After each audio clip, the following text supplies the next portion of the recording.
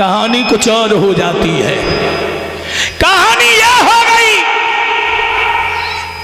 महाराज हरिचंद जल में घुस गए, घड़ा भर लिया, जब लेकर के चले ठोकर लगी, घड़ा गिर गया, फूट गया। और जब घड़ा फूट गया तो हरिचंद फूट फूट के रोने लगे। आरे घड़ा पे धरला शीशो, ऊपर की छूट गई किलकारी रे।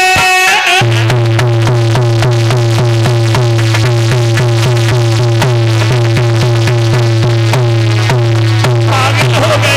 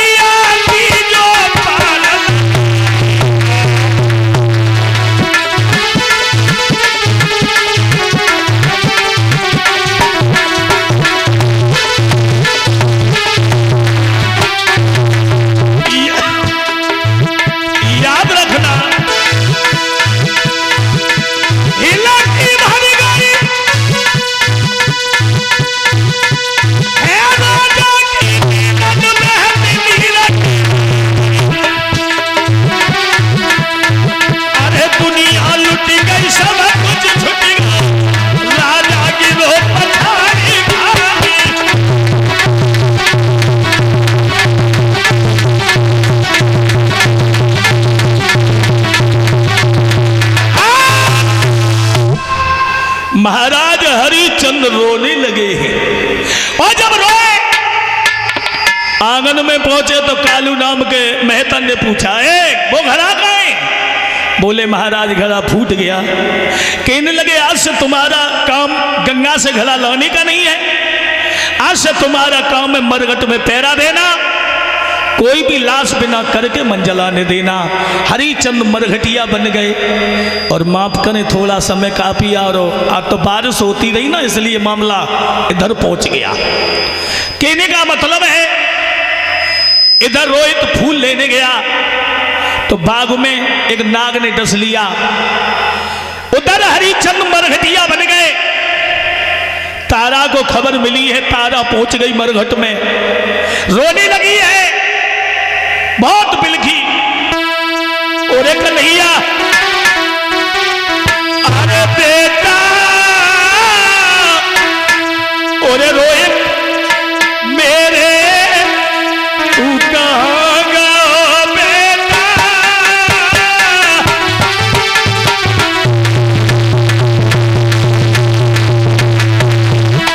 लाला, और कन्हैया,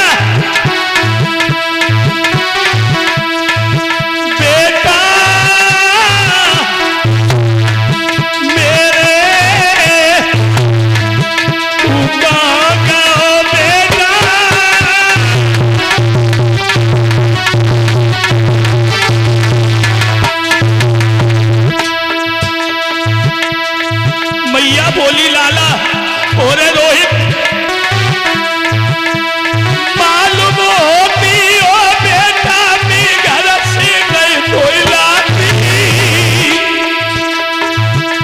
जिस मैया का अकेला ही बेटा हो, अगर वो बेटा दुनिया से चला जाए तो मैया बबला का जीवन अधूरा हो जाता है। अरे मालूम होती हो सुअना में घर से नहीं कोई लाती।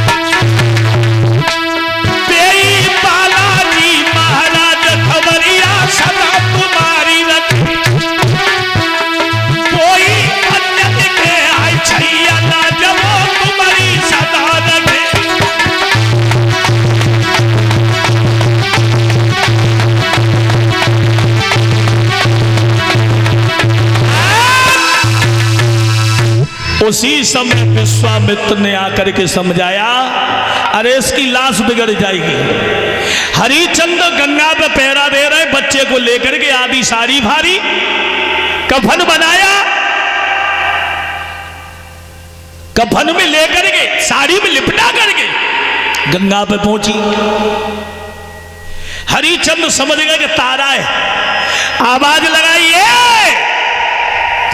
अरे सोते हुए मरघट को आज किसने जगाया है,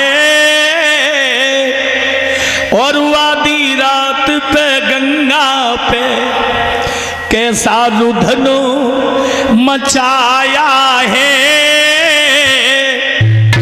रोकर रानी बोली,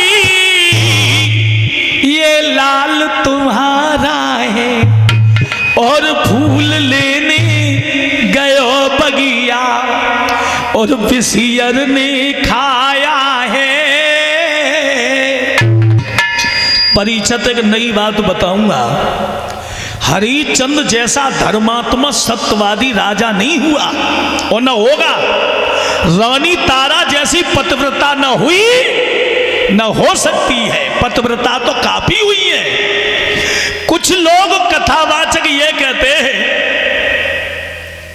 तारा मठिया में डाहिन बन गई थी। ऐसा नहीं है, ऐसा तो प्रमाण गलत देते हैं। सच बात यह है, जब महाराज हरिश्चंद्र ने कर मांगा, तारा ने कहा महाराज मेरे पास ही आधी साड़ी बची है, और जैसे ही साड़ी को उतारना चाहा, वही पुरानी बात, जब द्रौपदी ने सभा में चीर को खींचते देखा, दुशासन ने चीर को पकड़ा ही था, और जैसे ही खींचना शुरू किया, अब समझ गई द्रौपदी कि अब कन्हैया के बिना लाज बचाने वाला कोई नहीं है। तो भगवान को याद किया, भगवान आए तो चीर के अंबार लग गए।